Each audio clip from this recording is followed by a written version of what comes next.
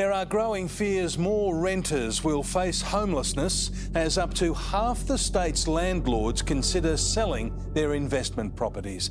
Many say they can't afford to keep them. The true cost of the Sydney housing crisis is being laid bare tonight with some shocking figures. Experts have crunched the numbers on what you need in the bank before you can buy a home, and it has never been higher.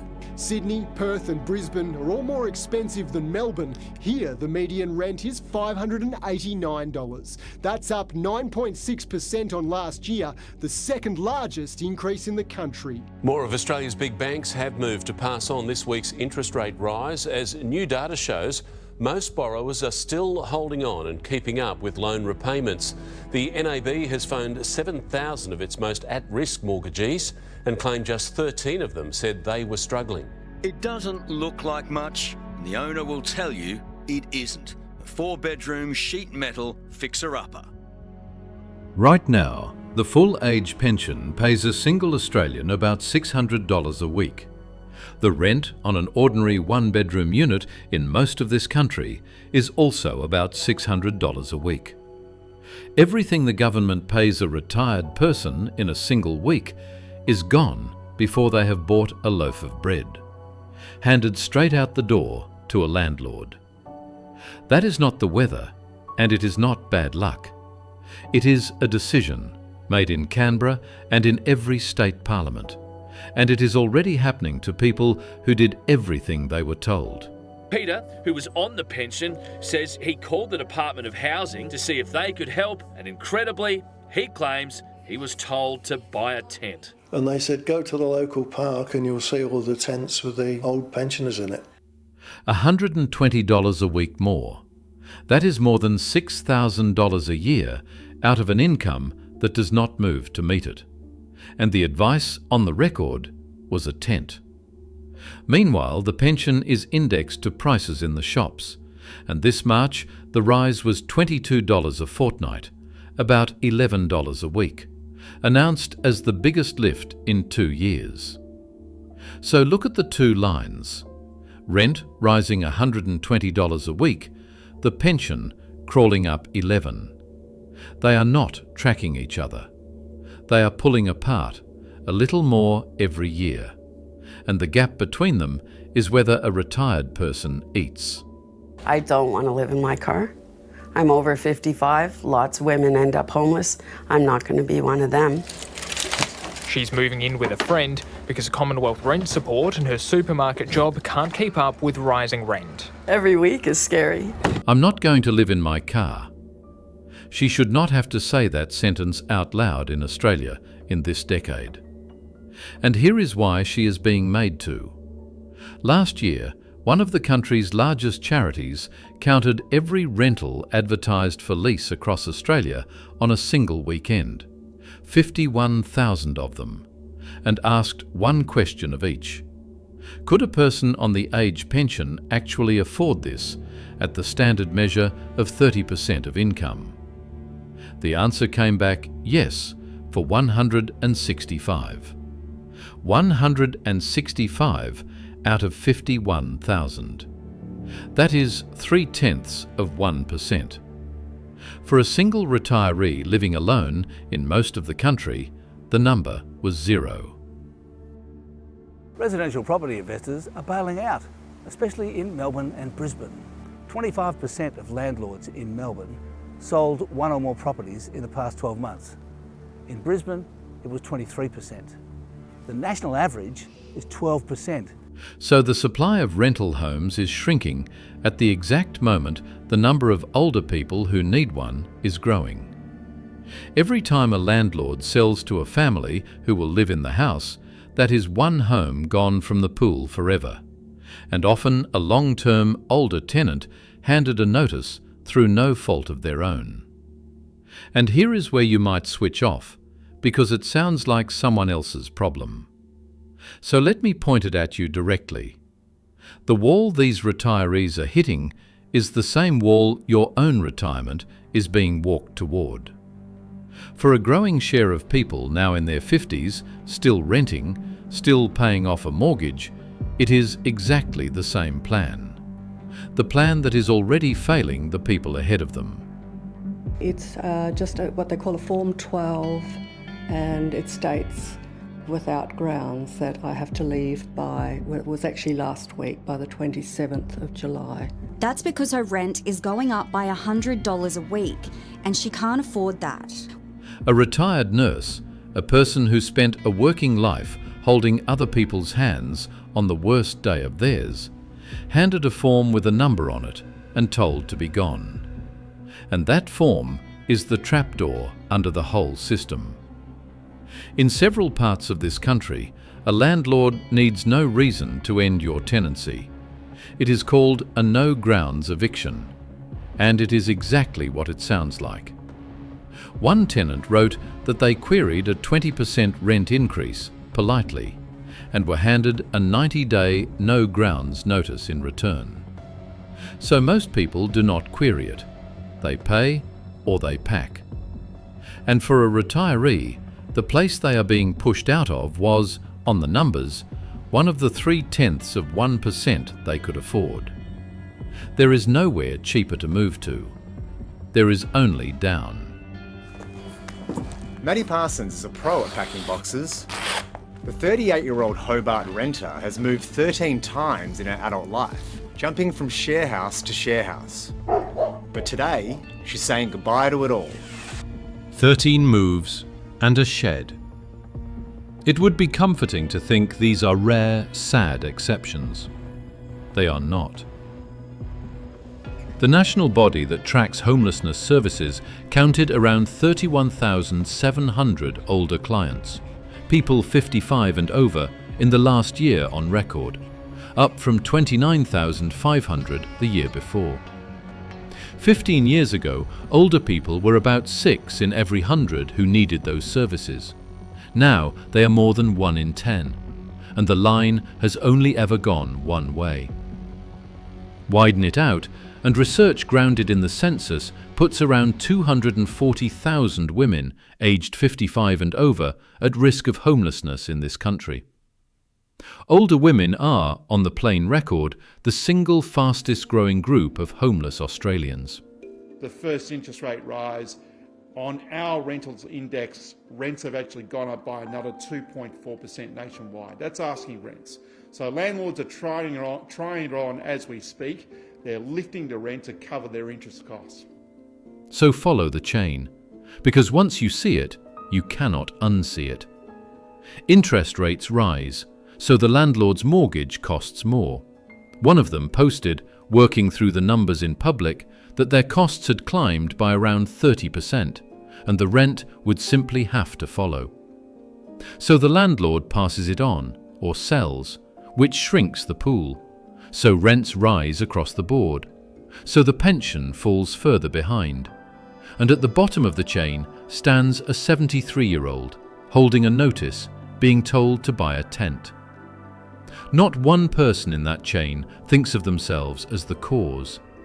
Everybody's hands are clean, and the street fills up anyway. And the government's own charities keep the receipts. That same national snapshot found just 28 rentals affordable for a person on the disability support pension, and for a single person on job seeker, in a nation of 27 million, the number was 3. We've seen that in many places rents are even higher than before the pandemic. As it stands, 31% of households rent. More concerningly, 42% of low-income renters are under stress. For most of the last century, the deal in this country was simple, and everyone understood it. You rented while you were young, you bought a house in your 30s, you spent the next 30 years paying it off, and by the time you retired, the mortgage was gone and the house was yours.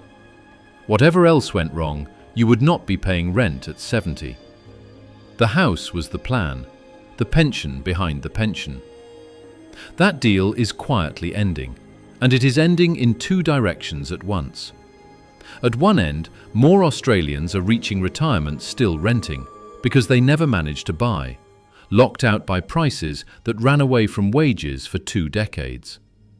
At the other end, people who did own are being sold up, priced out, or evicted from homes they thought were secure. And whichever way they arrive in the rental market, pushed there at 68, or never able to leave it, they meet the same wall everyone else meets, except they have no wage to fight it with. Just the pension. Just $600 a week, against a rent that is already $600 a week. This is the quiet part nobody running for office wants to say out loud. The way this country planned to house its old people has stopped working, and nothing has been put in its place. And if you own your home outright tonight, and you have been listening to all of this as someone else's misfortune, here is the part that should change how you hear it. The people in this video are not a different kind of Australian. They are the ones who went a little earlier through the exact door your own retirement is walking toward. A paid-off house is the only thing standing between the comfortable retirement and the caravan park. And a paid-off house is exactly what a whole generation behind you is not going to have. The people now in their 50s bought later, borrowed more, and a large share of them will still be renting or still be paying a mortgage the day they turn 67. When they arrive, the pension will still be indexed to shop prices. The rents will still be indexed to a market with no homes in it, and the no grounds notice will still be legal in half the country. Nothing in that sentence is a forecast. Every part of it is already true today. It is simply waiting for more people to reach the age where it applies to them. So, when you look at a couple in their 70s being told to buy a tent, you are not looking at bad luck that landed on strangers. You are looking at the working model of a system your own children are being fed into. And I want to name the choices, because the entire game depends on keeping them vague. Choice 1. For 40 years, governments of both colours decided Australians would house themselves in old age by buying young, and then let the price of that house triple, quadruple, run so far ahead of wages that a whole generation could not make the deposit. The plan behind the pension quietly stopped working, and no plan replaced it. Choice 2. When those people arrived in retirement still renting, governments decided they would compete for a home on the open market against wage earners with nothing but the pension. No guarantee, no set-aside, just good luck. Choice 3. The laws that let a landlord remove a tenant for no reason were left exactly as they were. So the one thing a retiree needs above all, the certainty of staying put, is the one thing the system refuses to give them. None of these was forced by nature or by the market. Each was a decision made by people with names in buildings you pay for. And each of them lands, in the end, on a person in their 70s who did everything they were told to do. That vacancy rates are now near zero, and the number of properties listed for rent is 30% down on 2022. It does look like rental supply is going to remain very low at a time when demand is rising from overseas migration. The byproduct, of course, is going to be further upwards pressure on rents. Rental affordability is now falling in every capital, with more than 40% of low-income households in rental stress, and house rents up nearly 20% since the pandemic. The exact conditions a retiree is sent to compete in and lose. And the people living it have been writing it down in public for years. One tenant opens an envelope to find a rent increase of 59%, landing just before their lease ends. Another describes their rent going from $330 to $500. A jump of more than 50%, and asks, plainly, whether that can even be legal. None of these posters are pensioners. That is the point. This is the market a retiree with no wage and no way to earn more is simply dropped into. And the same helplessness runs through all of it. A tenant simply posting the words, "rent increase," and asking what on earth they are supposed to do now. For a working renter, that is a bad month.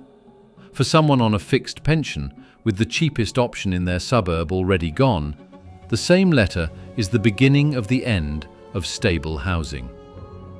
Read enough of it, and a pattern emerges that is worse than any single number. A person writes that they came into a small inheritance, the one bit of good news in a hard year, and were promptly served an eviction, as though stability itself were being taxed away. Another lays out a straightforward no grounds eviction and asks what their rights are, and in their state the honest answer is very few. A third, staring down what they call a massive hike, goes online just to ask how a person is even meant to fight it. Everyone is a real person on a real weekend, working out that the rules are not built to keep them housed. And when you are 70, that working out is not a forum post, it is a caravan park. We're still getting 20 to 40 families a day, every day, ringing. Now, are you looking to come in the next few weeks, or have they just given you notice to leave? And when we do get one available, we can get 20 applications, and we're trying not to get too many because you only make one family happy. The other families are let down. 20 to 40 families turned away every single day at one caravan park. This is the overflow, where people end up when the 0.3% runs out, and it too is full. There is a queue for the bottom. Governments will tell you they are doing everything they can. Now you have the measure of that sentence. A country where a retiree can afford 0.3% of the rentals, where older women are the fastest growing group of homeless people, and where the official advice to a couple in their 70s was a tent. Sustained this long, against this much evidence, that is not the absence of a plan. It is the plan. And it is worth being honest about who this is happening to, because the picture in most people's heads is wrong. The fastest growing group of homeless people in one of the richest countries on earth is not who you were taught to blame. It is grandmothers. It is women who raised children and cared for their own parents and worked the jobs that never paid superannuation, and who are now, in their 60s and 70s, sitting in a car outside a rental inspection they already know they will not get. Many of them owned a home once, before a divorce or a death or an illness took it. Many worked full lives and simply never earned enough, in a system that rewarded the house you owned far more than the work you did. They are not careless, and they are not unlucky in some private way that could never touch you. They did the ordinary things in the ordinary order, and the ground moved underneath them. That is the part that should frighten a comfortable person the most, not that the floor gave way for someone reckless, but that it gave way for people who were careful. So where does it end? The best case is that governments treat older renters as a category that needs a guaranteed floor, a large, sustained build of social housing set aside for them, and a pension supplement pegged to actual rents rather than shop prices. It is not complicated. It is expensive and slow, and even then the homes take years. The people in caravan parks tonight are not helped by the best case. The realistic case is what we have: announcements, indexation, a fund that builds homes at a fraction of the rate the queue grows. And on that path, the line on the chart keeps climbing, a little every year, and we keep being mildly surprised by it, a little every year, as though it were weather and not arithmetic. The worst case is the one the demographics actually point at. The generation locked out of buying is now reaching retirement in far greater numbers. More lifelong renters arriving at 67 with no house and no plan behind the pension, into a market that already has almost nothing for them.